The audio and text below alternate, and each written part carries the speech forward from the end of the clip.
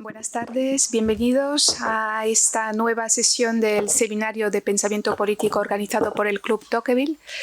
Esta tarde tenemos el placer de recibir una vez más a uno de nuestros buques insignias, ¿no? Yo creo, en este Seminario de Pensamiento Político, al profesor Josep Baqués, profesor de Ciencia Política de esta casa, de la Universidad de Barcelona. Entre sus principales líneas de investigación, pues el profesor Baqués ha trabajado mucho las cuestiones de seguridad, defensa, las Fuerzas Armadas y también la teoría política, ¿no? Y es en este último marco que ha participado varias veces en ese ciclo de seminario de pensamiento político. Concretamente impartió una sesión, yo creo que la sesión más vista en YouTube de la historia de Tocqueville, sobre Hannah Arendt y los totalitarismos, pero también intervino sobre el nacionalismo, la nueva izquierda, y esta tarde nos presentará una sesión sobre Edward Bernstein y el origen de la socialdemocracia. Muchísimas gracias por aceptar la invitación del Club Tocqueville una vez más y cuando quieras. Pues gracias a vosotros por invitarme una vez más. Y espero que lo vea mucha gente online, porque lo que es presencialmente lo va a ver poca gente. Pero bueno, así empezamos con cierta distensión y tiene que ser el tono. En efecto, el título tampoco sé cuál es. Era algo así como el nacimiento de la socialdemocracia en Alemania o los orígenes de la socialdemocracia en Alemania. Sí, pero podría ser, está bien, podría ser el nacimiento de la socialdemocracia, punto. Porque el SPD era el partido, ese sí que era un buque insignia, referencia para la socialdemocracia en toda Europa en aquel contexto histórico. Vamos a hablar primero del contexto histórico un ratito, luego vamos a ver en sus detalles. El contexto es finales del 19. A nivel personal, Bernstein nace en 1850, Marx muere en 1883, por tanto hubo algún contacto, pero no exagerado. Bernstein tenía 32-33 años, no he calculado los meses. Engels muere en 1895, tuvo más contacto, por tanto, con Engels, y ya es un Bernstein maduro el que entra en contacto con Engels.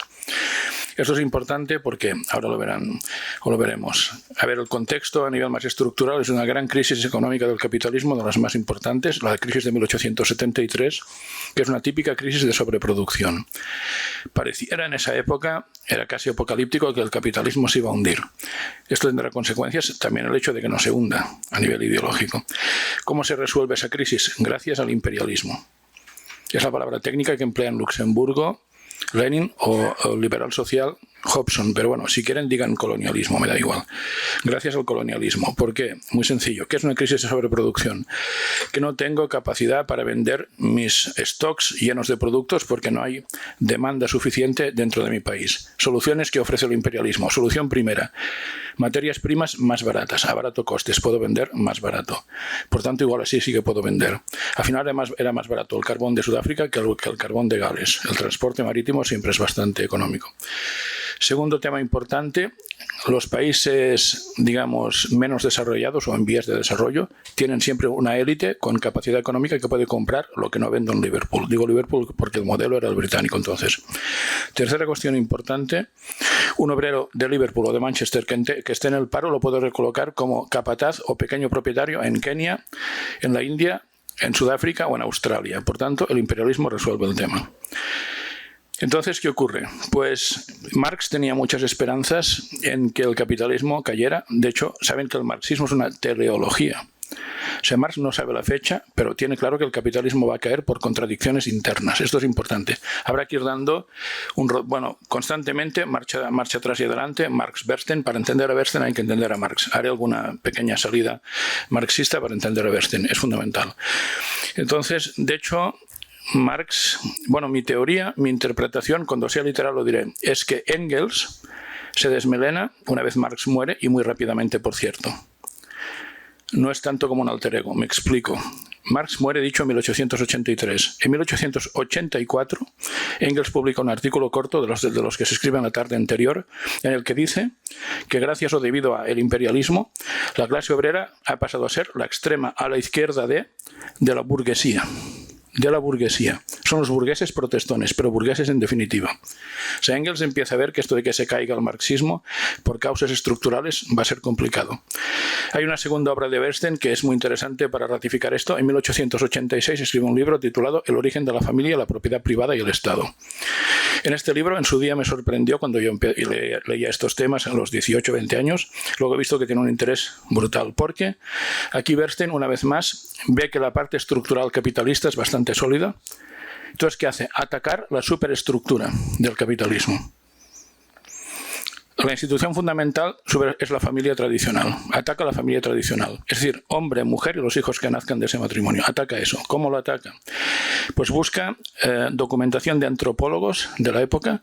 Algunos no han pasado la historia, la mayoría, pero es igual. Había una cierta documentación y busca sociedades primitivas en las que el modelo de organización social no fuera la familia tradicional. La lógica es, como el capitalismo probablemente no se caiga por motivos económicos, vamos a atacar sus cimientos morales. A ver si así se cae. Y ese es un programa que la izquierda lo mantiene a día de hoy o incluso lo acelera. Bueno, Bernstein, por ejemplo, allí, es un libro muy divertido porque al principio dice, he encontrado, según el antropólogo X, no son conocidos la mayoría hoy en día, pues un lugar en el mundo en que había promiscuidad. Pero él se da cuenta y hacia la página 50 dice, no, lo llamaremos matrimonio por grupos. Sí, porque había un tic conservador en el marxismo para estos temas bastante acusado.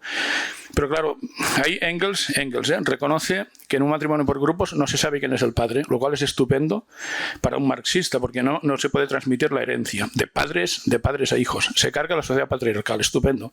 Pero luego también dice, hay casos de incesto. Claro, si no se sabe quién es el padre, y ahí todo el mundo fornicaba con todo el mundo, pues los padres se tiraban a sus hijas. Bueno, se tiraban queda feo, ¿no?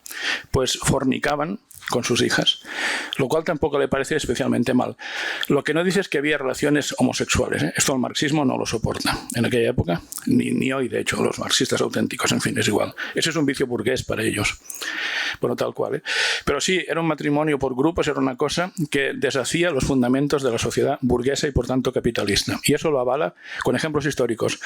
Pero Engels mete la patita en algún momento, en varios, pues luego dice, literalmente, él dice, esas sociedades eran salvajes y bárbaras. Dice literalmente, salvajes y bárbaras. No lo digo yo, lo dice Engels, perdón. Pero a lo que voy, había un cierto halo en el marxismo, los marxistas, empezando por Engels, de que el capitalismo no se va a caer por causas económicas, hay que atacar de otras maneras diferentes. Contribuye a este estado de ánimo el hecho de que Marx se vio que en vida suya, cuando observaba que había una revolución, pensaba que era la buena. 1848, la buena para llevar al comunismo a la sociedad, pero fracasa. 1870, la Comuna de París, fracasa. Soluciones de Marx, escribir un libro enfadado, buscando culpables de por qué la historia no le da la razón. Los libros son 1852, 18 Brumario. 1871, la Guerra Civil en Francia. Culpables habituales, la pequeña burguesía y el campesinado. Y esto es Marx. Pero claro, ¿qué es lo importante? De que hay que tomar nota. De que Marx estaba nervioso, y los marxistas más que él, porque la historia no le daba la razón.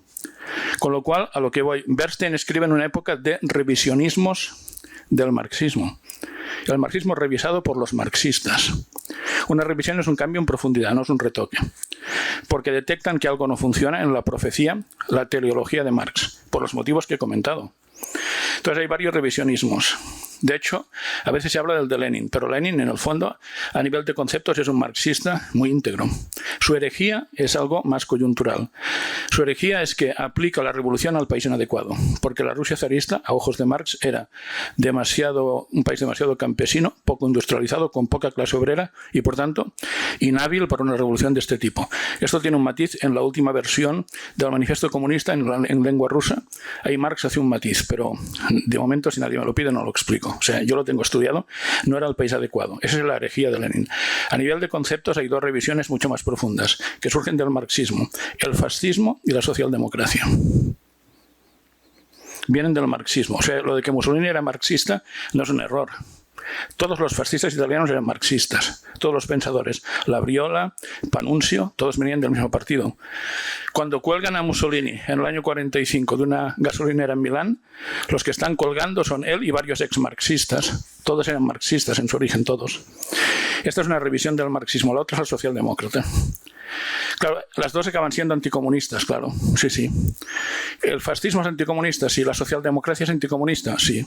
Ambos brutalmente.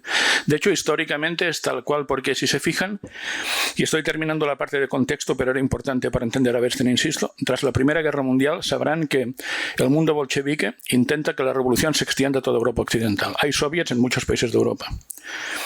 En Hungría el protagonista es un tal Bela Kun, un activista hoy desconocido. En Italia pues hay consejos. Soviet significa asamblea, ¿eh? Es igual, asamblea, soviet o consejo. Consejos en las fábricas de automóviles de Milán y Turín. En Alemania hay soviets, por ejemplo en Baviera, Hitler es miembro de un soviet. Jura lealtad a la Unión Soviética, Hitler. En la primavera del año 19. Libro de referencia para aprender esto. Thomas Weber, de Adolf a Hitler, 2018.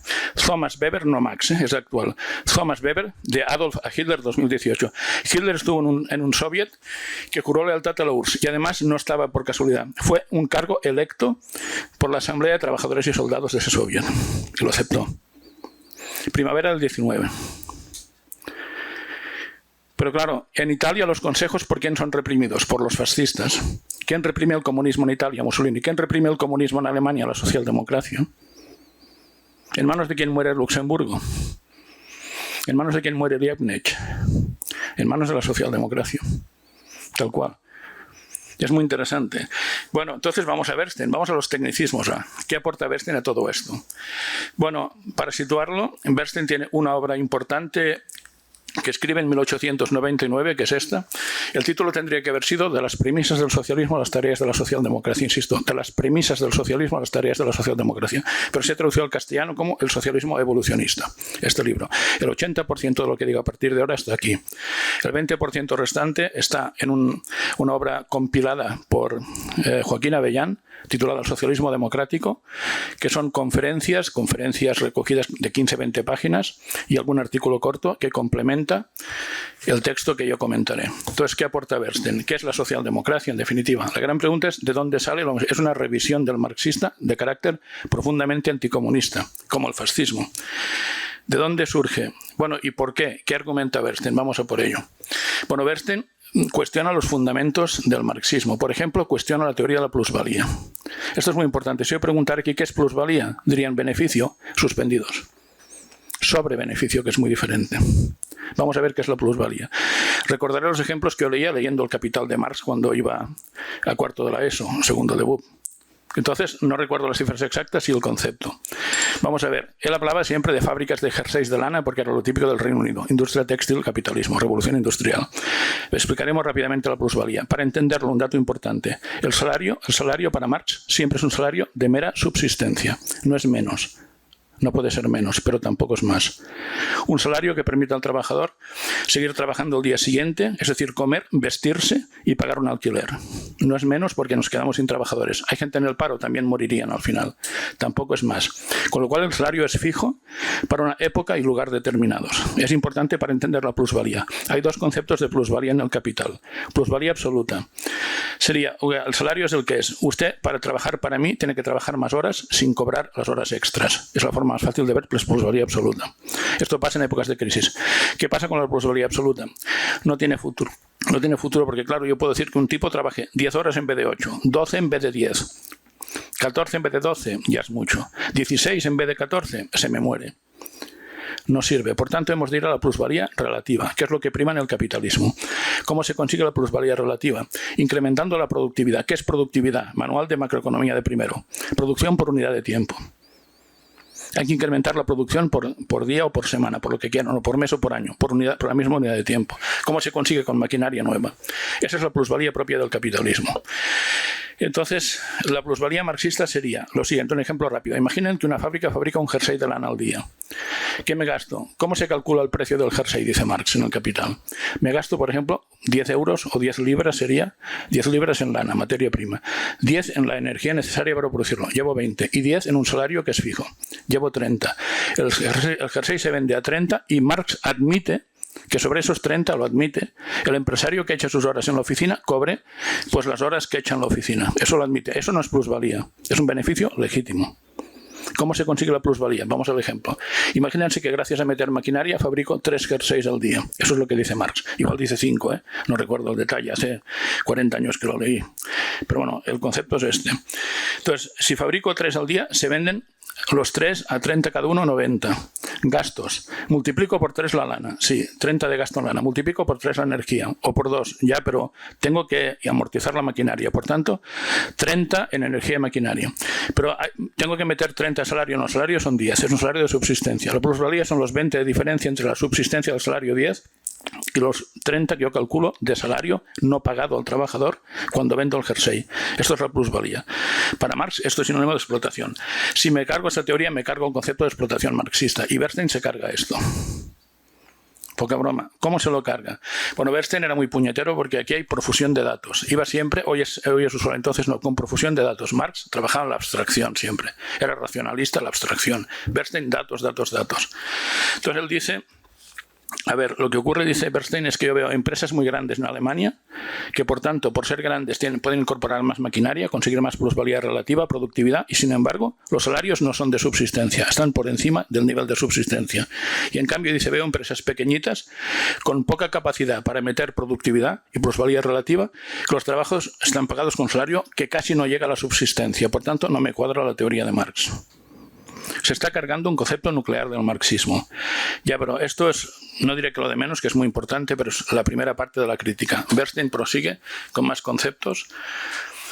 A ver, además de la plusvalía, hay 2 cosas más que él trabaja del marxismo. Por ejemplo, tengo que ir dando siempre una vuelta al marxismo de Marx a Bernstein constantemente para entendernos. Marx pensaba que el capitalismo se hundiría por un proceso de concentración de capitales creciente. Con lo cual, y habría una polarización también creciente de clases. La tesis de Marx, dicho muy didácticamente, es que cada vez habría menos ricos, pero serían más ricos, cada vez habría más pobres, que serían más pobres. Se entiende, menos cantidad de ricos, pero más ricos, más cantidad de pobres y más pobres. Con otras palabras, habría una proletarización de la clase media. Marx sabía, aunque no era sociólogo exactamente, pero es de sentido común, que la clase media es el colchón social que aguanta esto. Si hay clase media, el señor que está pidiendo caridad en la Plaza Urquinaona, aunque cree o sabe o sospecha que hay gente que tiene 3 jets privados y 2 yates, no los ve. No es tan ofensivo. Y el que tiene 3 jets y 2 yates, pues ese tipo, aunque sospecha o sabe que alguien se muere no de hambre, o sí, en Plaza Urquinaona, no lo ve. Y por tanto, es un colchón que impide que vea la realidad. Cuando desaparezca la clase media, reventará todo esto, porque cada cual verá, digamos, a contraluz lo mal o lo demasiado bien, digamos así, que está el otro. Bueno, entonces Bernstein argumenta con profusión de datos que la clase media no va a desaparecer, que la burguesía, es la palabra que se empleaba, no va a desaparecer, al contrario. Bernstein admite que, por ejemplo, en ciertos sectores como la agricultura en Alemania, los ejemplos son de Alemania porque él es de allí, es de Berlín. La agricultura, la gran agricultura de terratenientes se ha comido, dice, pues a muchas pequeñas explotaciones agropecuarias, ganadería también. Eso lo admite, pero dice, aparecen nuevos tipos de clase media. Pone 3 ejemplos Bernstein. Están aquí, documentadísimo. Son ejemplos de la época con muchos datos. Alguno funciona y alguno ya no, pero él sigue pensando que hay otros tipos de clase media, nos diría hoy. Él dice que hay una gran cantidad de trabajadores asalariados en Alemania que, además de un salario, son accionistas de empresas. En Alemania y Reino Unido. Pone ejemplos también británicos. Aquí pone, por ejemplo, que del canal de Manchester habría 40.000 asalariados con acciones. En la compañía de Clipton, 74.262, qué detalle, trabajadores asalariados con acciones. Y hay muchos más ejemplos. Por tanto, hay accionistas, o sea, hay trabajadores con una acción que significa propiedad, simbólicamente significa más dinero cuando se reparten beneficios. Que había muchos entonces, seguramente más que ahora, o más claros, más limpios. Por tanto, ahí se genera clase media. Segundo ejemplo que pone, la creación de pymes. Bueno, pequeña burguesía y burguesía media. Hoy diríamos pymes. Él dice que la mitad de las empresas que se crean en Alemania, ex novo, son pymes, no grandes empresas. Tercer argumento, que se parece al segundo, pero es diferente, dice, de los nuevos contratos de salario, una parte muy importante, más de la mitad, quizás 60%, son contratos creados por pymes, no por grandes empresas, por pymes. Esto sigue siendo así en la actualidad. Por tanto, plantea que la clase media no va a desaparecer. Y si no desaparece, no desaparecerá el capitalismo.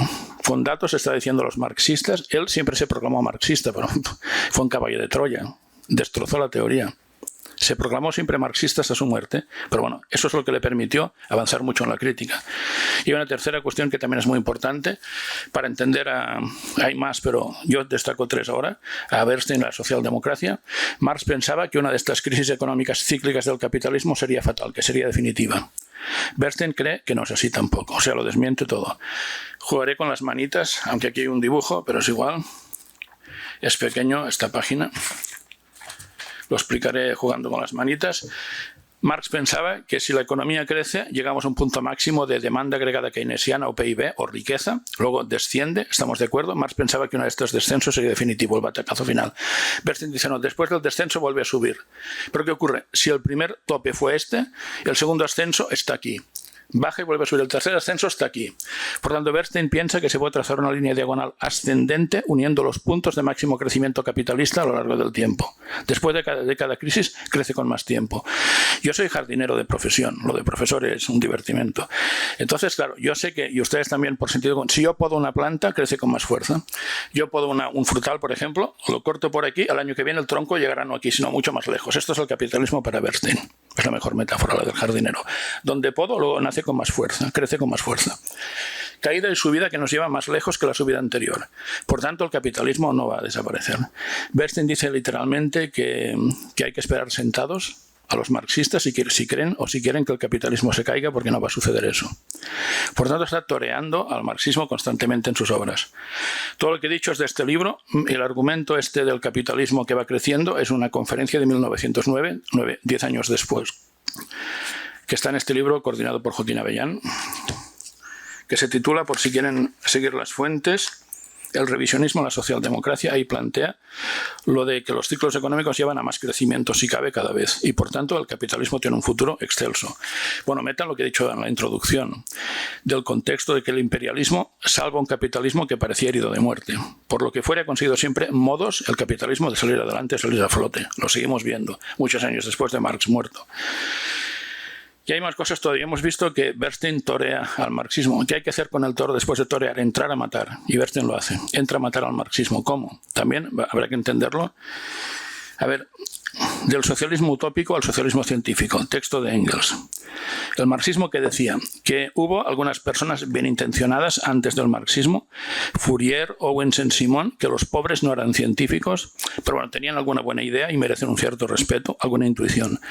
Pero Marx iba de que no es que fuera científico, su método era el único método auténticamente científico, según Marx. ¿Y qué dice Bernstein? Falso también. Hombre, visto lo visto. Bernstein califica al marxismo de utopía, del socialismo utópico, lo pasado al científico. Bernstein lo relega a un socialismo utópico más. Fourier, Saint-Simon, Owen y Marx. Brutal. Entonces Bernstein llega a decir, para que quede claro, que el marxismo carece de toda relación con el método científico. Literalmente, el marxismo carece de toda relación con el método científico. Nada que ver. Bueno, visto lo visto, de la profecía incumplida y por qué, pues tiene algún sentido. O sea que Bernstein torea al marxismo y entra a matar. ¿Qué se puede hacer además de esto? Profanar el cadáver del toro, y lo hace. ¿Cómo lo profana? Vamos a ver, de nuevo entendamos a Marx. Relación de Marx con el liberalismo y las revoluciones liberales, compleja. Está muy escrito incluso en el manifiesto, aunque sea un panfleto, pero bueno, es una guía para estudiantes de la ESO, funciona bien. Entonces, no, hay cosas que lo escribe él, pues las dice porque se las cree y me parece estupendo. Entonces él dice, la burguesía fue una clase revolucionaria, años A. En su día la Revolución Francesa merece tal nombre de revolución. Lo que pasa es que la burguesía se quedó corta en su proyecto. Ha pasado a ser una clase conservadora y reaccionaria. Por tanto, la clase obrera tiene que tomar el testigo para dar el paso definitivo del capitalismo al comunismo. Entonces, él cree que históricamente la burguesía tuvo un papel a elogiar, históricamente, pero no en el siglo XIX a finales, no de cara al siglo XX. ¿Qué hace Bernstein? Recuperar el liberalismo. ¿Cómo lo hace? De varias maneras, pero iré al grano. Como tenemos poco tiempo, he ido a un buen ritmo para que luego si hay alguna pregunta haya margen para ello. Vamos a ver. Un dato más. Lenin. Cuando Bernstein escribe esto, Lenin está preparando una obra fundamental y muy poco leída porque es un tocho así, el lomo, que se titula Materialismo y empiriocriticismo, 1902, Lenin, en su obra más teórica, es de filosofía de la ciencia. Esta me la leí estando en Couya. Me la dejó el libro una profesora de literatura, Teresa Berjau, le mando un saludo si escucha esto, igual no lo escucha, pero lo leí estando en Couya, se acordará. Y bueno, es un tocho así, pero era muy interesante. Lenin en esa obra es interesante para entender a Bernstein, insisto, si no, no lo diría, no lo citaría. Bernstein dice, el marxismo es la única ciencia, es el materialismo dialéctico, porque trabaja la cosa en sí, concepto de Argot. En cambio, las ciencias, pretendidamente ciencias burguesas, que es el empirismo, para Lenin no son ciencia. El empirismo sería Mach y Avenarius, hoy no los conoce nadie, Berkeley, sí, obispo por cierto, Hume y Kant. Y estos son los empiristas a descartar para Lenin. Berkeley, Hume y Kant, porque trabajan la cosa para sí, no la cosa en sí. Profesor, ¿esto qué es? Porque hablando de clases, la cosa para sí sería la superficialidad de la conciencia falaz de la clase obrera, por ejemplo. Yo me siento es una ciencia que trabaja sobre opiniones o sentimientos. Las encuestas son esto hoy en día. Claro, Marx va a la cosa en sí misma, que da igual el sentimiento o la percepción quizá falsa. El papel de las clases es antagónico entre sí, según Marx. La percepción, la cosa para sí, pues puede que como diría Engels, como ha dicho Engels al principio de la charla, que un trabajador se sienta burgués. Es un error. La cosa para sí, ciencia burguesa. Entonces, lo que hace Lenin es machacar a Kant como máximo exponente o último exponente de esta ciencia burguesa empírica, falsa ciencia, que es la que se enseña en las facultades, por cierto, en la ciencia política. ¿Qué hace Bernstein? ¿Cómo profana el cadáver de Marx? Del marxismo, rescatando a Kant. Eso sí, como Bernstein era político, suele citarlo como el filósofo de Königsberg. Nos entendemos, ¿no? El filósofo de Königsberg, ¿cuántos había en Königsberg? Alguno más habría, pero conocido Kant. Por lo tanto, abraza la lógica kantiana. No tocaba, bueno, tocaba lo que él quiera, pero con Lenin escribiendo lo que escribía, es un libro que tardó años en escribir, es un tocharro, Bernstein seguramente lo sabía, estaban en contacto, y con la teoría de Marx acerca de la burguesía fue revolucionaria, pero ya no lo es, ya es retrógrada. Pues en ese contexto es el contexto en el que Bernstein rescata a Kant y rescata la lógica liberal y burguesa. Por tanto, fue provocador hasta el extremo. De hecho, Bernstein plantea que, en su opinión, la socialdemocracia no es marxismo, bueno, nos estamos dando cuenta, ¿no? Sino que es una evolución del liberalismo para Bernstein. Para Bernstein, el liberalismo madurado es igual a socialdemocracia. Un liberalismo que madura es la socialdemocracia. Es antimarxista, es anticomunista, obviamente. La gente se pregunta cómo puede ser que se lleven mal los socialdemócratas, los marxistas. Yo me pregunto cómo puede ser que se lleven bien a veces, porque buscan un enemigo común que los una, un federador externo, la ultraderecha, lo que ustedes quieran, pero se tienen que llevar mal a la fuerza. Tampoco hay muchos marxistas ya, no conozco ninguno. Si hay alguno, no hace falta que levante la mano, pero luego se me puede presentar y algún día tomamos un café y hablamos, porque no conozco ninguno, en serio. Que lo sea de verdad, no. Que se llame, yo soy marxista. Rufián lo dijo una vez, pero no sabe lo que es el marxismo, claramente. No tiene nada que ver con lo que él pregona. Por tanto, en fin, a lo que vamos. Todavía hay más, ¿eh? Hemos toreado, hemos matado el toro marxista, hemos profanado su cadáver y ahora que toca comerse el toro, ¿no? El rabo de toro. Lo hace también. ¿Y esto cómo se hace? Vamos a la traca final. Bueno, de la parte de Bernstein luego hablaré de alguna crítica que recibió, lógicamente, de marxistas. Otro tema que también es muy socorrido, el comunismo. ¿Qué es eso del comunismo? Marx no escribió un libro titulado Comunismo, lástima, nos hubiera ahorrado mucho trabajo. Tampoco escribió un libro titulado La dictadura del proletariado, no lo escribió, lástima, hay que picotear de otros textos, pero sabemos lo que es. Entonces yo recuerdo que hace muchos años un estudiante que no está aquí, porque hay alguno que he tenido yo, más de uno, pero alguno que no está aquí, me dijo en el contexto del 15M, por ahí, yo daba clases en teoría política, en derecho, en ciencias políticas, en segundo curso, y dijo, profe, dime, yo soy comunista. Yo, pues muy bien, chaval, ¿y qué defiendes y tal? No, yo es que el contexto, recuerden, 15M, esto es antes del proceso, haber quedado opacado, era una crisis bancaria, financiera, además, lo típico. Yo nacionalizaría la banca. Pues muy bien, chaval, sí, yo siempre muy bien, chaval, total. Y por lo visto debía ser de comarcas porque estaba emperrado también con la reforma agraria. Pero ya está bien, terratenientes y tal, haría la reforma agraria que está pendiente. Pues muy bien, chaval. Ya muy bien, chaval, pongo cara de tonto, pero soy puñetero. Le pregunté, pero a todo esto, comunista, ¿tú quieres heredar la casa de tu padre y de tu madre? Hombre, por supuesto, porque no soy capitalista.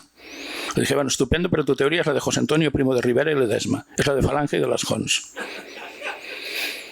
Sí, o sea, busquen 27 puntos de la Falange, del 9 en adelante. Está lo que he dicho, lo que decía el alumno comunista, supuestamente comunista, del 9 en adelante.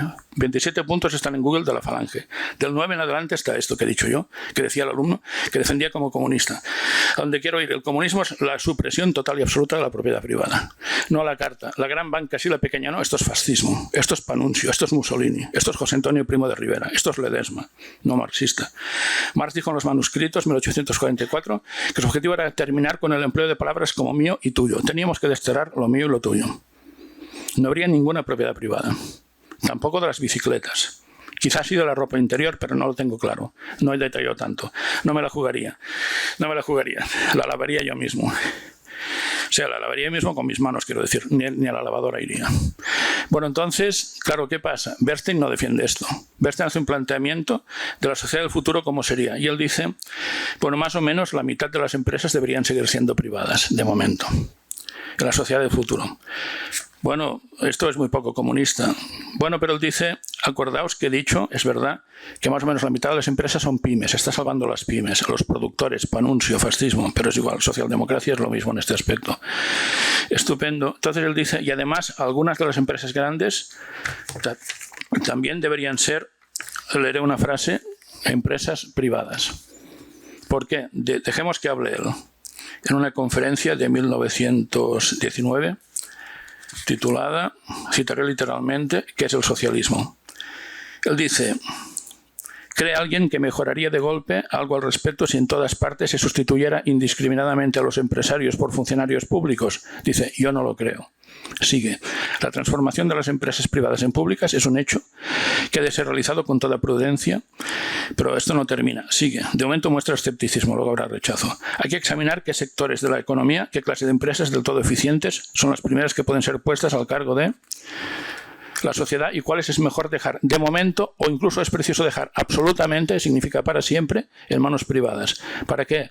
Para que no llegue a secarse, a atascarse, dice, el motor de la economía. Esto, señores, es Locke y es Stuart Mill. Esto es Stuart Mill. La propiedad privada convierte la arena en oro. Principios de economía política, 1848. Stuart Mill. Se demuestra lo que él decía. La socialdemocracia es liberalismo madurado. No lo decía en balde, pero esto es lo más antimarxista que puede haber. Hizo mucho daño al marxismo. ¿Quién hizo daño al marxismo? La socialdemocracia. Las derechas no se enteraban de nada. La socialdemocracia. ¿Quién inventó el welfare state? Bismarck. Que era marxista, ¿no? Sí, hombre. ¿Quién la sostiene? Los amigos de Bismarck, los socialdemócratas. Está clarísimo.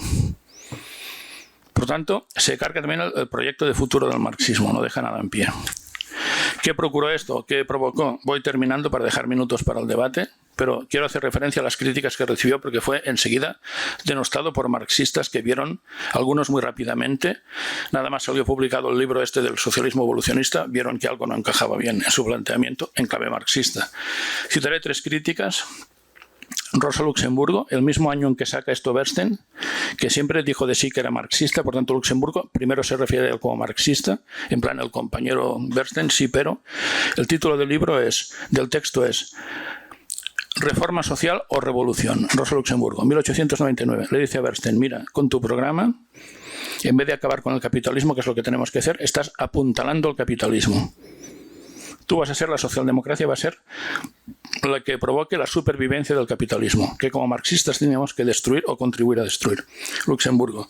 En el mismo año, 1899, Karl Kautsky, en un libro titulado La doctrina socialista, Kautsky era el teórico del grupo, era el filósofo del grupo. Kautsky plantea allí, bueno, la crítica es más técnica, tiene que ver con lo que he dicho antes de la cosa en sí, la cosa para sí. Kautsky era más cercano a Lenin en este punto teórico. Kautsky dice, claro, Bernstein no defiende el materialismo dialéctico, claro. Bernstein vuelve al método empírico. Además de citar a Kant, cita profusamente a Adam Smith aquí. También Adam Smith. Está citado profusamente a Adam Smith. Casi nada. Bernstein, socialdemocracia. Kant y Adam Smith, pues es el liberalismo. Bueno, el alemán o el británico, pero siempre el liberalismo. Y la crítica más dura quizás sea la de Lenin en su obra El Estado de la Revolución, 1917. Bueno, Lenin, cómo trabaja al final de estos, cita a Luxemburgo y a Kautsky, y además pone también por su cuenta algún argumento más. Lenin plantea que en el fondo la socialdemocracia es la que traiciona al socialismo. No quiere decir comunismo, pero en 1917 no se distingue todavía socialismo y comunismo. Eso es a partir de 1920, con las 21 condiciones del propio Lenin. Socialismo quería decir comunismo. Recuerdo que el partido bolchevique se llamaba Partido Socialdemócrata. Recuerdo que el PSOE era un partido bolchevique en la Segunda República. Por lo tanto, no se distinguía tanto. Él plantea que la socialdemocracia es la que traiciona al socialismo, léase al comunismo. Y además es verdad. Da igual lo que opinamos de la sociedad perfecta, es verdad que lo traiciona.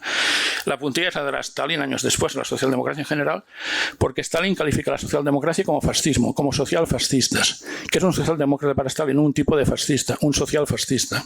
Literalmente, la palabra es de Stalin, no mía. Yo la recojo. Yo soy el mensajero. Me pueden matar, pero soy el mensajero. Por tanto, la ruptura en la izquierda, bueno, izquierda por decir algo, porque claro, a ojos de Marx esto no es izquierda. Esto es derecha y punto, y de la peor especie, a ojos de Marx. Habrán quedado muchas cosas. Bueno, yo he sido rápido para que haya debate porque me han dicho un par de preguntas. Así dejamos margen para que haya 3 o 4, ¿no? Bueno, muchísimas gracias, profesor Baqués. Vamos efectivamente a abrir ahora un turno de palabras.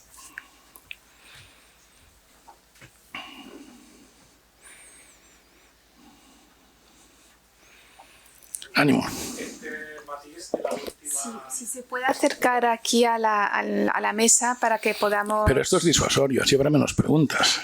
Es mejor, vamos a intentar escucharla y si no se escucha yo la reproduzco. No, es para que desde casa lo puedan escuchar. También. Porque si no, no... Algún privilegio tienen que tener los que vienen. Bueno, los de casa se enfadarán. Muchas gracias por la presentación, ha sido muy ilustrativo. Este matiz que mencionó de la última versión del Manifiesto Comunista para explicar esto, la aplicación en Rusia. Bueno, en la edición en ruso, en la última que sacó Marx, que fue el año mismo de su muerte, 1883, hay un prólogo, mejor dicho, el manifiesto es el mismo, hay un prólogo en el que Marx dice que en Rusia no puede estallar primero la revolución. Que lo suyo sería que estallara primero en Alemania o Reino Unido y después llegar a Rusia. Sin embargo, plantea, si estallara primero en Rusia, literalmente no es una hipótesis, habría que extenderla lo más rápidamente posible a Alemania y Reino Unido para que pudieran apoyar a la sociedad rusa. Sí, primero estalla en Rusia y automáticamente estalla, efecto dominó, vasos comunicantes. En Alemania tenemos esperanzas, pero solo Rusia no. Esa es la famosa tesis de la revolución en un solo país que Stalin convertirá en teoría contra la lógica marxista. Para Marx no era posible la revolución en un solo país. Máxime si era un país como Rusia atrasado, que acabó con el feudalismo en 1861. Esto se sabe. Lo que no sabe la gente es que Alemania acabó con él en 1849, que tampoco es tan más allá. En 1810 oficialmente, pero duró hasta 1849 en Alemania, de facto. Sí, porque los protestantes, no fueron tan liberadores como dicen algunas crónicas. Al contrario. Dime. Una réplica corta o otra pregunta. Venga. Otra pregunta. ¿La socialdemocracia hoy en día sigue pensando en los mismos términos de Bernstein o...? Sí, pero con matices. Sí, es muy interesante, no lo he comentado, pero tiene una explicación rápida, fácil, interesante. La socialdemocracia se debate entre Bernstein y Kautsky. Kautsky es ese que decía que eres poco materialista, la doctrina socialista, hasta la Segunda Guerra Mundial y un poco después, en Alemania y en Francia. En 1959, en Alemania, programa de Bad Godesberg, la socialdemocracia se decanta definitivamente por Bernstein y reniega del marxismo. Reniega formalmente, explícitamente del marxismo. En España eso se hace con Felipe González en el 79, no en Suresnes. Felipe pronuncia la famosa frase en un congreso: o el marxismo o yo, elegid. Dicen el marxismo. Antes del verano van a la playa, vuelven en septiembre más bronceados, dicen no, te elegimos a ti y dejamos el marxismo. Es la historia del PSOE. Pero en todo caso hay un matiz. La gente cree que lo del woke es de izquierdas. Y sobre todo en círculos católicos mal informados creen que es marxismo, ¿no? Es lo más antimarxista, esto es de derechas a matar lo del woke. Es la fórmula que tienen las derechas para sostener el capitalismo. Lo plantea Zizek, los auténticos marxistas hoy en día. La lógica es, vamos a defender el capitalismo. Pero mira, en Bad Godesberg, ¿qué ocurre? Ahí dicen los marxistas, ex-marxistas, abandonamos el marxismo y abrazamos, dicen literalmente, el capitalismo, el libre mercado, la propiedad privada. Estupendo. Siguiente pregunta. Entonces, ¿qué te distingue de un partido democristiano? Nada, pero algo tenían que hacer. Solución. Se inventan 3 cosas, bueno, recogen 3 cosas extrañas a su tradición. Feminismo, ecologismo y pacifismo. Habían sido contrarios al feminismo, al ecologismo y al pacifismo, pero tenían que distinguirse de la derecha. Por esto, la socialdemocracia hoy es esto. Hemos abrazado el capitalismo, pero hay que distinguirse de los que lo defienden. Por tanto, defiendo el ecologismo, el pacifismo y el feminismo. O el woke al final. ¿Pero quién montó el woke? Ellos no, las derechas. Alfred Kinsey, el padre de la teoría según la cual los hombres somos homosexuales y, por cierto, tenemos también, ¿cómo se llama esto de que nos gusten mucho sexualmente los animales? Zoofilia. Zoofílicos y homosexuales en potencia. Alfred Kinsey. ¿Quién lo financia? ¿La fundación qué? Hombre, la Adenauer no. Pero la Rockefeller sí. La fundación Rockefeller. ¿Que era judío o luterano? Oficialmente luterano, pero yo busqué el árbol genealógico, todos son Isaacs, Abrahams y tal. ¿Podría ser luterano? Podría ser luterano, podría ser un cripto judío. Rockefeller, en todo caso, financia Kinsey. Bueno, Alfred Money. Bueno, ya algunos lo conocen, ¿no? John Money. John Moyen, la transexualidad y demás. Anglosajón, neozelandés que va a Estados Unidos. Todos son marxistas en Estados Unidos, ¿no? Que va. Bueno, Helmut Kendler, la pederastia institucionalizada. Años 60 en Alemania. Niños huérfanos y pederastas sin compañía, no me extraña, pues los unimos y estarán acompañados, lo que no sé si muy bien acompañados. Estos son programas financiados por el SPD y aquí si al final hubo colaboración, no sé si de Adenauer, va a ser la última vez que me inviten, pero hubo colaboración de la CDU y de la CSU en Alemania. Era un cachondeo esto, pero ¿por qué? Porque así los partidos que defendían el capitalismo bueno, se distinguían de los demás defendiendo eso, el feminismo, el pacifismo, el ecologismo. Y la socialdemocracia hoy es esto. Es una defensa del capitalismo, pero para distinguirse de, pues defendiendo lo woke. Woke sería correcto. Woke es como se pronuncia, no sé por qué aquí. Woke o woke. Bueno, defienden eso para distinguirse de, porque defienden el mismo modelo económico que defiende el liberalismo conservador o la democracia cristiana hoy en día. Pero se tienen que distinguir, pues viva lo woke, para distinguirnos. Hay que protestar por algo, pues nada. Pero no, es extraño la tradición marxista. No he hablado de homosexualidad porque esto ya digo, los marxistas pensaban que era un vicio burgués. Literalmente. Bueno, grandes homófobos de la historia, el Che Guevara, por ejemplo. Me hace mucha gracia, manifestaciones así, a veces muy progres, camisetas del Che Guevara, más homófobo que él, montó campos de concentración en Cuba para meter a los homosexuales. Bernstein que decía que eran anormales. Hay un texto por ahí que se titula La anormalidad de la homosexualidad, Bernstein. Pero claro, él dice, son anormales porque vulneran todas las convenciones sociales y demás, pero no hay que pegarles ni hay que meterlos en la cárcel. ¿Por qué lo dice? Porque los marxistas los metían en la cárcel. También en eso es antimarxista. Yo pregunto a mis alumnos, ¿dónde estaban los homosexuales en la Unión Soviética? ¿Dónde estaban? Se quedan así, estaban en la cárcel o en el Gulag. Estaban en el Gulag. Y en Cuba en campos de concentración montados por el Che Guevara. Bernstein solo dice que son anormales, es lo más suave que podía decir. Son anormales. Pero porque vulneran las convenciones sociales, pero no hay que meterlos en la cárcel, no hay que pegarles. Estupendo. Lógico, ¿no? La alternativa, ¿cuál era? El Gulag. Si la alternativa era esa, pues claro, Bernstein, verán en Wikipedia, Bernstein es algo así como, no sé, algo así como, muestran ya una primera cierta sensibilidad a favor del movimiento gay. Sí, claro, porque son anormales, pero tampoco hay que meterlos en la cárcel. Sus correligionarios marxistas los metían en la cárcel, donde mandaban en la Unión Soviética y en Cuba. La historia es esta. No hay mucho más. ¿Qué queda de más? No hay más. Es una ideología que defiende el capitalismo, pero no tan bien como los auténticos defensores del mismo, los liberal conservadores. Lo que dirían ellos si fueran inteligentes, cosa que dudo también, es, oiga, no busque un sucedáneo si hay que defender el sistema y que lo defiendan los que saben, ¿no? Los liberal conservadores no busquen un sucedáneo, no, pero en fin, aquí el argumentario es muy limitado. Pero la respuesta es esta, contundente, ¿no? Y convincente. Eso es lo que queda. Muy bien. ¿Otra pregunta? ¿Alguno más?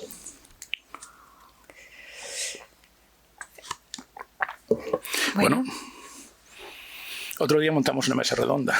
No, está bien, lo digo en positivo, en positivo.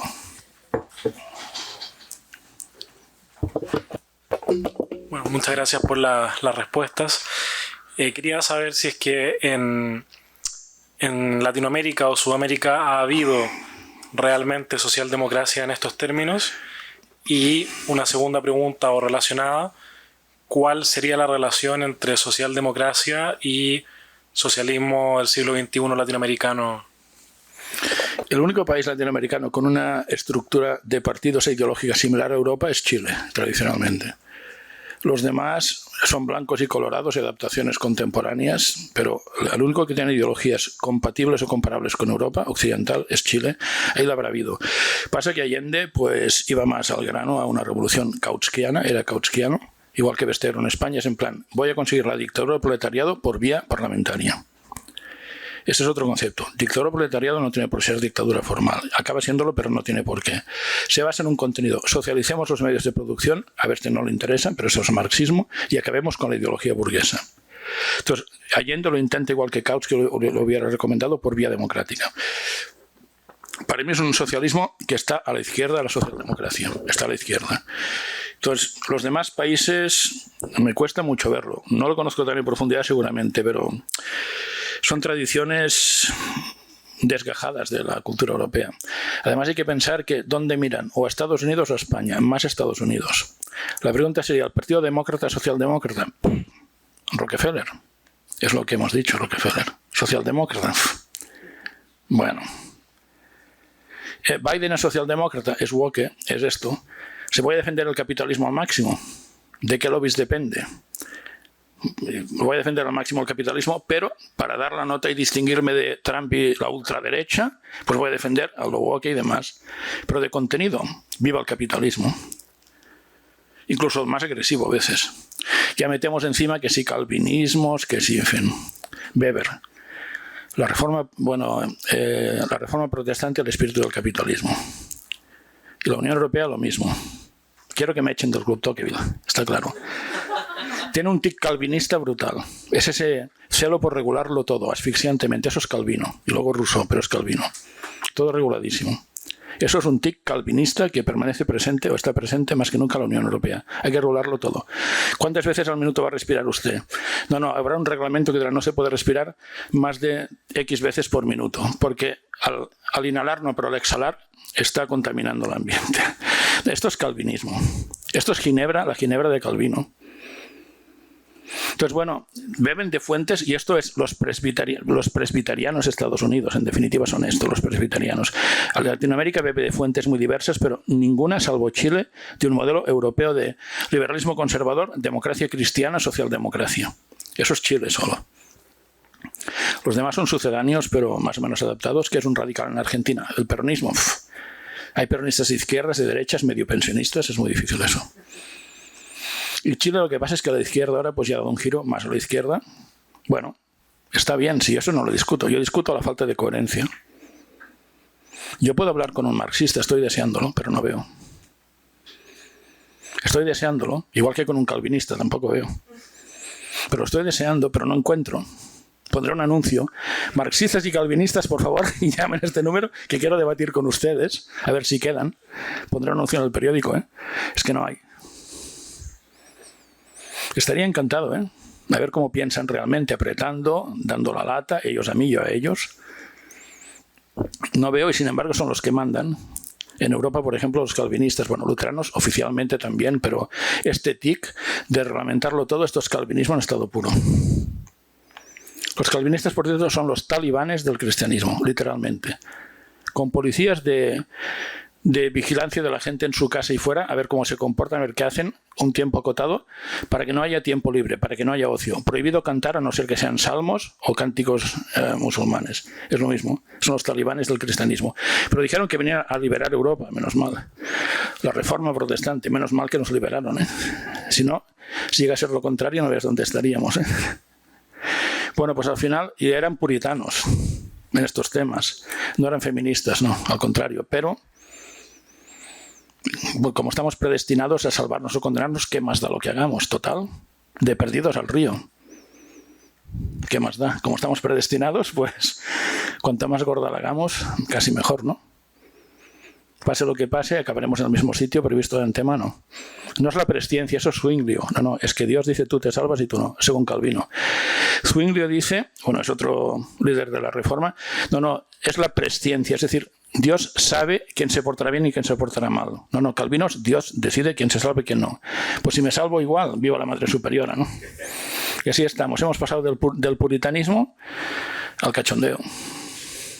Sí, pero tiene lógica. Tenemos tenemos dos preguntas, por orden, sí.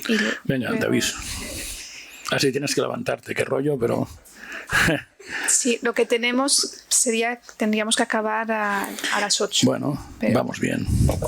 Bueno, intentaré ser muy rápido y bueno, muchas gracias, Josep, me ha gustado mucho tu conferencia. Me has hecho recordar ciertos pasajes de Escotado, el segundo volumen de los enemigos del comercio, digamos. No lo he leído, pero lo leeré. Es muy interesante. Bueno, pero a lo que voy. Cuando te han preguntado por Bernstein en España y demás, la socialdemocracia, casi que has tratado de la época del PSOE bolchevique de los años 20 y 30 a Suresnes, ¿no? Y con la reconstrucción del PSOE en finales de los años 70. Y por cosas que a mí me interesan, ¿no has visto ninguna influencia de algo parecido en los años 20, los años 30, incluso cuando visitan Rusia y se dan algún trompazo con la realidad que ven allí algunos prohombres del Partido Socialista? ¿No has visto si hay en algún intelectual del PSOE de aquella época alguna influencia de Bernstein? Esta era la pregunta esencial. Sí, lo que pasa es que, sí, tienes razón, voy a por ello. El intelectual más importante del PSOE y para mí más respetable académicamente es Julián Besteiro y es kautskiano, es de Kautsky. Marxismo y antimarxismo en 1935 es de Kautsky, claramente. Quería llegar a la dictadura del proletariado vía democracia parlamentaria. No es de Bernstein. Bernstein es que el PSOE estaba muy radicalizado. Largo Caballero. Bueno, este es espectacular. No, ya, pero este fue consejero de Estado con Primo de Rivera, la dictadura del PSOE. Tampoco se puede decir, por eso lo digo. Estupendo. Bueno, golpista en Asturias 34, pero lo espectacular viene ahora. Él confiesa que empezó a leer a Marx cuando estuvo en la cárcel después de octubre del 34. Empezó a leer a Marx entonces. Hombre, así cualquiera es marxista. No, es bastante desastre. Fernando de los Ríos sí fue a la Unión Soviética, entonces quedó un poco acongojado. En plan, bueno, este es el modelo. Pero más que nada que Lenin, es que no se puede entender el socialismo de estos países sin entender lo que Lenin aprieta. Lenin dice, 21 condiciones. Las que los aceptéis seréis comunistas, por decirlo así. Tercera internacional. Los que no os quedáis en la segunda, socialistas. Año 20. Una de las 21 condiciones era básicamente rechazar y renegar de la socialdemocracia. Claro, cuando el PSOE ve esto no lo ve claro. Pero Besteiro y compañía, es que Kautsky también estaba enfrentado con Lenin. Aunque compartían los conceptos teóricos, Kautsky era vía democrática. Lenin es lo más antidemocrático que hay. Entonces esto no costaba de asumir, pero Largo Caballero le decían el Lenin español. ¿Pero sabía mucho? No. Si hubiera sabido no sería leninista, pero era Lenin español. El PSOE era esto. No había grandes intelectuales, tampoco hoy. ¿Qué sabe Pedro Sánchez de política? Nada. Analfabeto funcional. De teoría política, analfabeto funcional. Pues no ha cambiado mucho. Son gestores, mal que bien, pero de teoría política cero. ¿Elia? Sí, muchas gracias por la conferencia. Tengo dos preguntas. Igual han salido cosas ya en la explicación y se me han escapado porque era muy intenso todo. Veamos. A ver, primero de todo, si en el liberalismo está implícito el desarrollo hacia la socialdemocracia. Según Bernstein. Sí, según Bernstein. Entonces, ¿cómo se explicaría, cómo se explica el neoliberalismo actual, digamos, que renuncia a toda esa parte, si es que es posible aplicar esto? Y segunda cosa, si Bernstein desmonta desde el empirismo el marxismo, sí, aplicando de manera coherente, quiere unos presupuestos y acaba llevando a ver pues las incoherencias.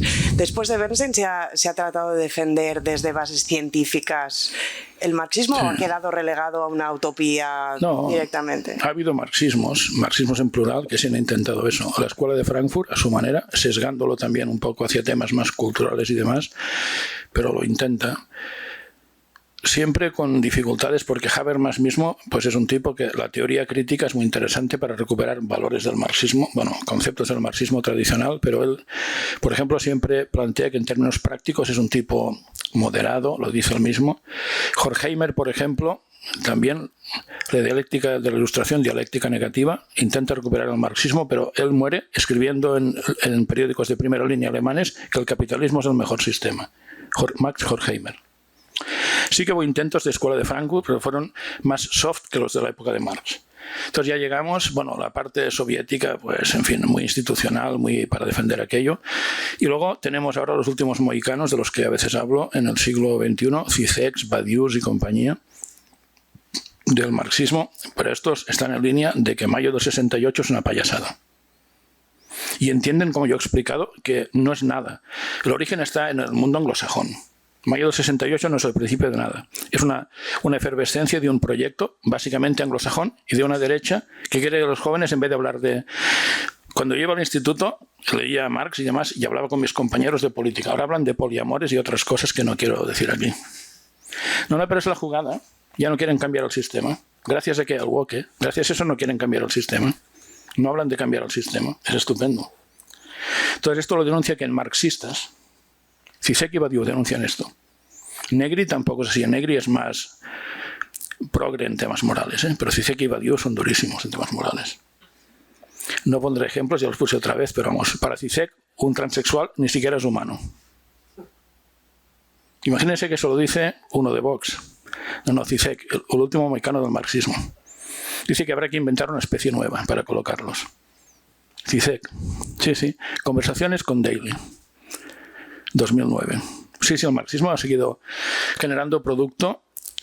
Y luego está el marxismo analítico, que bueno, los marxistas más de la línea dura consideran que no son auténticamente marxistas, pero tienen cosas muy interesantes. Pero claro, también es un marxismo analítico que es socialismo de mercado. Se estrella la Unión Soviética porque no atendieron las señales del mercado. Hombre, cuando es viva el mercado, ya estamos, ¿eh? El marxismo ha fracasado a nivel teórico y práctico. Es una ruina. Por eso no hay marxistas, no es casualidad. ¿Dónde están? Insisto, si alguien lo es, quedamos y tomamos un café y discutimos, porque o hacemos un webinar, me da igual, que se grabe, me da igual. A él no sé, al otro no sé. Pero no hay más. Sí, ha habido esas tentativas y hay varios nombres propios que llegan hasta hoy mismo y lo que te rondaré ahí. Pero ellos ven, es que mire, hay un texto que es brutal para entender la crisis, que es Después de la caída, un libro coordinado por Robin Blackburn, 1993. Después de la caída se refiere a la caída de la URSS, ¿eh? Eso demuestra el estado de ánimo de la izquierda, sea más marxista o menos. Una catástrofe, la caída de la URSS. Hoy todo el día la denostan, no la denostaban, ¿eh? Era el modelo. Y se nota en ese libro. Es una especie de depresión colectiva. Había marxistas soviéticos de Europa Central, franceses, alemanes, españoles ninguno, porque como no saben, ¿para qué van a escribir, no? Pero había de todo y todos en plan, se nos ha hundido el modelo. Ahora no, es inconfesable, está escrito, señores, está escrito. El papel todo lo aguanta. Esta izquierda creía en la Unión Soviética, después de Stalin, sí. Creían en ella. Cuando se les hunde, la última esperanza se desvaneció. Pero llega hasta el año 93, después de la caída. Robin Blackburn, editor. Son 8, 10, 12 quizá capítulos. Al final, ¿quiénes son la izquierda socialdemócrata? Liberales, ahora voy al neoliberalismo. Liberales sociales, keynesianos. Pero ellos dicen, es imposible el keynesianismo en un solo país, como el comunismo en un solo país. El argumento de Marx con el keynesianismo. Si todos fuéramos keynesianos, si somos nosotros solos, no, nos hundimos. Somos poco eficientes. Han buscado alternativas liberal sociales. Bueno, primero, igual Bernstein no tenía razón en cuanto que el liberalismo moderado da socialdemocracia, igual no tenía razón. Dicho lo cual, el neoliberalismo no es el liberalismo tampoco. Vayamos a Locke. Es que explicaría Locke yo, pero es que Locke no tiene nada de neoliberal. Locke, por ejemplo, cuando pone las condiciones a la propiedad privada como derecho natural, una es que no haya monopolios. Locke es lo más anti-Bill Gates que puede haber en el mundo sin conocer a Bill Gates. El ideal de Locke es muchos pequeños propietarios, que todo el mundo sea pequeño propietario. No neoliberalismo en el sentido en que se emplea ahora. Bueno, Adam Smith lo mismo. La gente piensa que Adam Smith es, un talibán de libre mercado. Smith creía en la educación pública, a su manera. Tendría que explicarlo con más tiempo, pero creía en la educación pública. Creía en una inversión pública tremenda en economía. Adam Smith, ¿qué es el neoliberalismo? Seguramente es una cosa a nivel teórico muy rara y muy poco conectada con el liberalismo tradicional. Ni Smith ni Locke, los clásicos, no iban por ahí. Bueno, ya no digamos ya el catolicismo, que es otra cosa, nada que ver. Nada. Entonces, yo sé que luego hay cosas, yo digo raras. Hay estudiantes, conozco alguno que creo que no está presente, que dice que es católico y es un ultraliberal. Digo, pero tú, no sé, ¿dónde has visto eso, no? ¿Eso dónde sale? ¿Porque queda esta deriva rara? que no casa con los textos sagrados, ni casa con la... No solo somos textos sagrados, eso sería Lutero y Calvino. No casa con la doctrina de la Iglesia de 2000 años de historia, no casa. No hay manera. Pero es una doctrina neoliberal que no cuadra con el liberalismo político tradicional. Ni Locke, ni Adam Smith, ni Tocqueville, mucho menos. Bueno, Tocqueville tiene más tics en esta dirección, pero también tiene muchos matices. O sea, la parte liberal conservadora no es neolib. Ya la liberal social auténtica, de tronco no marxista, con Stuart Mill, Hobson y compañía, Green, lo mismo. Son cosas diferentes y el bicho raro a nivel conceptual es el neoliberalismo. No tiene, es como una planta o una flor sin tronco. No, es que no viene de Locke. Bueno, sí, Macpherson, el individualismo posesivo, muy discutible lo que plantea. Kant un poco más, quizá, pero tampoco era un teórico de la economía política. Sí, tenía algún tic más liberal en economía Kant, pero no era un teórico de la economía política. Entonces hay que picotear mucho con el bisturí. Lo raro es el neoliberalismo. Sí, sí. Hombre, en clave calvinista clásica sí que cuadra. Pero vuelvo a Calvino, que no tocaba hoy. Un día tenemos que hablar de Calvino. No, ahí sí que cuadra por Max Weber. La doctrina protestante, la reforma protestante y el espíritu del capitalismo. Es la doctrina de predestinación que nos dice, bueno, Dios elige quienes se salven y quienes no, va predeterminado, pero si tú tienes éxito en economía, significa que es un indicio de que te vas a salvar. Entonces la gente en plan, como quería salvarse, pues esto daría pie a un liberalismo extremo de sálvese quien pueda, nunca mejor dicho, sálvese quien pueda. Entonces, sí, pero eso, Calvino era liberal, pero si era totalitario, ¿qué va a ser liberal Calvino? Era lo más totalitario que hay. Calvino, Ginebra en esa época. He dicho antes, no se pueden hacer fiestas, no se podía cantar, no había tiempo para el ocio, no había teatro. Eso es el calvinismo. Pues bueno, es complejo, pero es liberal en economía, induce, según Weber, al liberalismo, pero en sí Calvino es lo más antiliberal que hay. Quedamos emplazados a una sesión posterior sobre John Locke y Calvino. Dos sesiones. Sí, bueno, Locke es un protestante un poco rarito, ¿eh? No creía en la Santísima Trinidad, pero bueno. Muy bien, tenemos que acabar. Quisiera dar las gracias al profesor Baqués una vez más, ¿no? por impartir esta sesión, esta conferencia, que de hecho la publicaremos de forma casi inmediata porque ya está escrita y se publicará bajo forma de paper del Club Tocqueville. El paper puede ser interesante porque recoge las cosas que he dicho, pero citando fuentes y demás. También veréis lo que dice Bernstein del imperialismo. Mejor no lo explico, pero recojo una fuente directa, mejor no lo cuento. En plan, tenían derechos los pueblos, estos pobres desgraciados, pero los pueblos civilizados tenemos más derechos todavía. Yo creo que si Bernstein estuviera en Estados Unidos, estatuas las tirarían al suelo como las de Colón. Colón y Bernstein, todos al suelo. Pues les emplazamos a la lectura de este paper de Josep Baqués. También aprovecho para deciros que se ha publicado desde el Club Tocqueville también otro paper interesante sobre la Unión Europea, concretamente los padres fundadores, en este caso escrito por la profesora Nuria González. Y finalmente, antes de terminar, quisiera recordar dos fechas. La primera, para los que estén en Madrid, el 13 de junio se realiza la clausura del Seminario de Pensamiento Político, en este caso el ponente será Fernando Vallespín, catedrático de Teoría Política de la Universidad Autónoma de Madrid, que pronunciará una conferencia sobre gobierno, diplomacia y poder en Maquiavelo, ¿no? Que también es prometedor. Y aquí en Barcelona la clausura del Seminario de Pensamiento Político será el día 20 de junio y en este caso pues recibiremos al escritor Enrique García Míquez, que pronunciará una conferencia sobre la política en Chesterton. Por lo tanto, esperamos veros todos el 13 o el junio o en ambas fechas con el Club Tocqueville. Recordad también el patrocinio de la Fundación Konrad Adenauer, gracias a la cual pues, podemos celebrar este seminario. Muchísimas gracias y buenas tardes.